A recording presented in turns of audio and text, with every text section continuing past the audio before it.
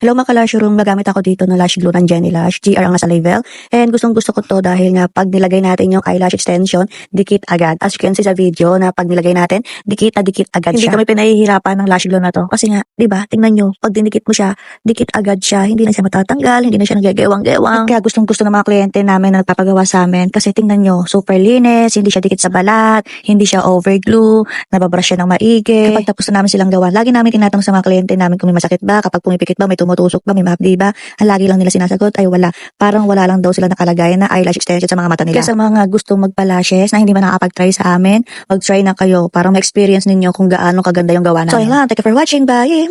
So, yun nga mga ka-lash room, sobrang dami ng lash glue natin na ito. So, lahat yan ay ibibigay natin sa ating mga followers na masisipag na mag-react, mag-comment, and mag-share. Lahat ay pwedeng sumali. Kahit po yung mga nanalo na before ay pwede pa rin manalo. So, yun lang. Thank you for watching. Bye!